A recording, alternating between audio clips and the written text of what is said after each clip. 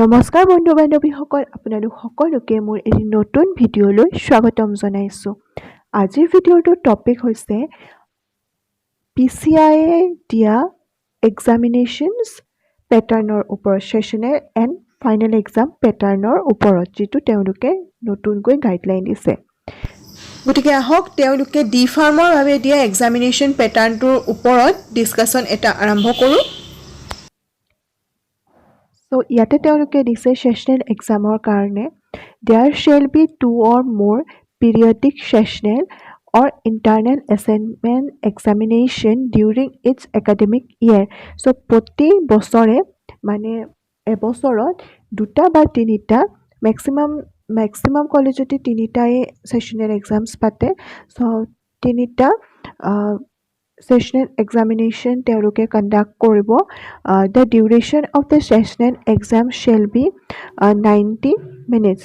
So, দুটা নহ'বা তাতকৈ বেছি ছেশ্যনেল এক্সাম তেওঁলোকে কণ্ডাক্ট কৰিব আৰু সেই এক্সামৰ ডিউৰেশ্যন থাকিব 90 minutes.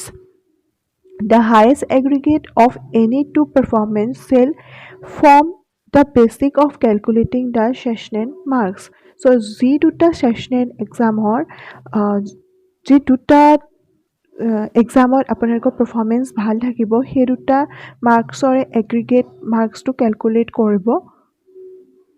The highest aggregate of any two performance shall form the basic of calculating the sessional marks. The scheme of the question paper for theory sessional examination shall be as given below. So, answer type, question answer type bilak thakibo long answer type, short answer type, objective type answer. So, long answer type thakibo 4টা question jar bhitor jikono 3টা apnaloke koribo lagibo aru protito question থাকিব 5 নম্বৰকৈ, মানে total marks হ'ব 15 marks. Short answer টাইপত থাকিব total 6টা question আৰু যাৰ ভিতৰত আপোনালোকে কৰিব লাগিব যিকোনো 5টা আৰু প্ৰতিটো কুৱেশ্যনতেই থাকিব 3 নম্বৰকৈ, মানে টোটেল হ'ব 15 মাৰ্কছ। দেন অবজেক্টিভ টাইপত থাকিব 10টা কুৱেশ্যন, মানে মাল্টিপল চইচো হ'ব পাৰে, ফিলিং দ্য ব্লেংকছো হ'ব পাৰে, 1 word or 1 sentence কুৱেশ্যনো হ'ব পাৰে। প্ৰতিটোতে 1 নম্বৰকৈ থাকিব, মানে টোটেল মাৰ্কছ হ'ব 40 মাৰ্কছ। Then আহিল internal assessment. The marks scored by the students out of the total 40 shall be reduced to 20 in each sessional. মানে যদি আপোনালোকে 40 মাৰ্কছৰ ভিতৰত ছেশ্যনেল এক্সামত যদি 20 মাৰ্কছ পায়, দেন সেইটো 2 দি ডিভাইড কৰি দিব, মানে আপোনালোকৰ টোটেল মাৰ্ক মানে তেতিয়া আপোনালোকৰ ছেশ্যনেল মাৰ্ক হ'ব 10। এণ্ড ছেকেণ্ড ছেশ্যনেলটোত যদি আপোনালোকে 40ৰ ভিতৰত 24 মাৰ্কছ পায়, তেনেহ'লে তাক 2 দি ডিভাইড কৰি দিব আৰু তাৰ মাৰ্কটো হৈ যাব 12 মাৰ্কছ। চ' দেন ইয়াতে দিছে যে and then the internal assessment shall be calculated based on the base 2 averages for 20 marks. মানে আপোনালোকে ফাৰ্ষ্ট ছেশ্যনেলটোত আপোনালোকে 40ৰ ভিতৰত 20 পালে আৰু তাক 2 দি ডিভাইড কৰাৰ পিছত হৈ গ'ল 10।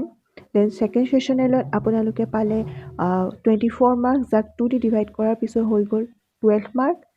আৰু যদি থাৰ্ড ছেশ্যনেলত আপোনালোকে 40ৰ ভিতৰত 30 পায় আৰু তাক 2 দি ডিভাইড কৰি দিয়াৰ পিছত হ'ব 15।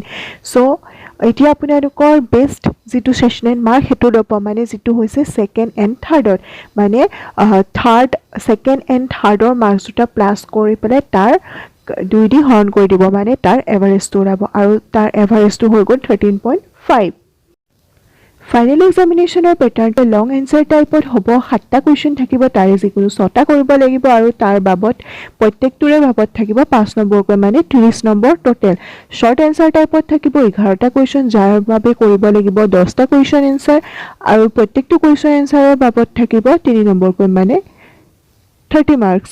আৰু অবজেক্টিভ টাইপ কুৱেশ্যন থাকিব 20টা কুৱেশ্যন আৰু 20টাই কৰিব লাগিব, প্ৰত্যেকটো কুৱেশ্যনৰ বাবদ থাকিব 1 নম্বৰকৈ।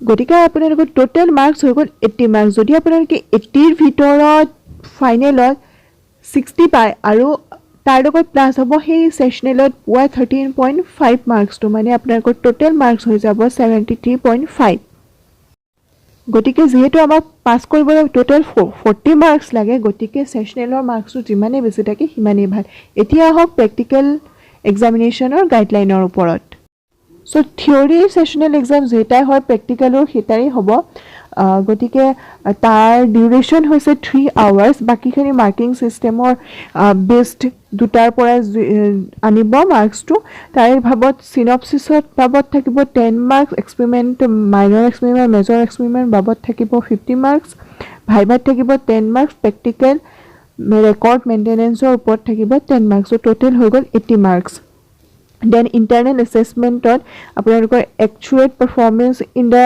sessional examination থাকিব 10 marks assignment থাকিব 5 marks field visit report থাকিব 5 marks যদি এইগিটা বস্তু আপোনালোকৰ কোৰ্সত আছে তেতিয়া এইখিনি বস্তু applicable হ'ব ইয়াত নোট খিনি আপোনালোকে চাই ল'ব দিয়া আছে তো ফাইনেল বোৰ্ড এক্সামৰ তো আছে সিনপসিস 10 মাৰ্কছত এক্সপেৰিমেন্ট আছে major minor 60 marks viva voice 10 marks total 80 marks ai মই ডেসক্ৰিপচন বক্সৰ লিংকটো দি দিম আপোনালোকে চাই ল'ব পাৰিব লগতে ডিফাৰ্ম পাৰ্ট 1 ৰ নিউ সিলেবাছৰ ওপৰত যেটো মই ভিডিও দি থৈছো যদি আপোনালোকে ভিডিওটো চোৱা নাই তেন্তে মই ডেসক্ৰিপচন বক্সৰ লিংকটো দি দিম আপোনালোকে চাই ল'ব পাৰিব আৰু লগতে নিউ সিলেবাছৰ বাবে যিখন বুক অনলাইনত এভেইলেবল হৈছে মাৰ্কেটত সেইখন বুকৰ লিংক মই ডেসক্ৰিপচন বক্সত দি দিম আপোনালোকে চাই ল'ব পাৰিব তথাপিতো বুকছ কিনাৰ আগত একবাৰ নিজৰ কলেজৰ সাবজেক্ট টিচাৰৰ লগত কনসাৰ্ন কৰি লোৱাটো ভাল আজিৰ ভিডিওটো ইমানে যদি আপোনালোকৰ ভিডিওটো ভাল লাগিছে তেন্তে like comment share and most importantly চেনেলটো সাবস্ক্ৰাইব কৰিব নাপাহৰিব থ্যাংক ইউ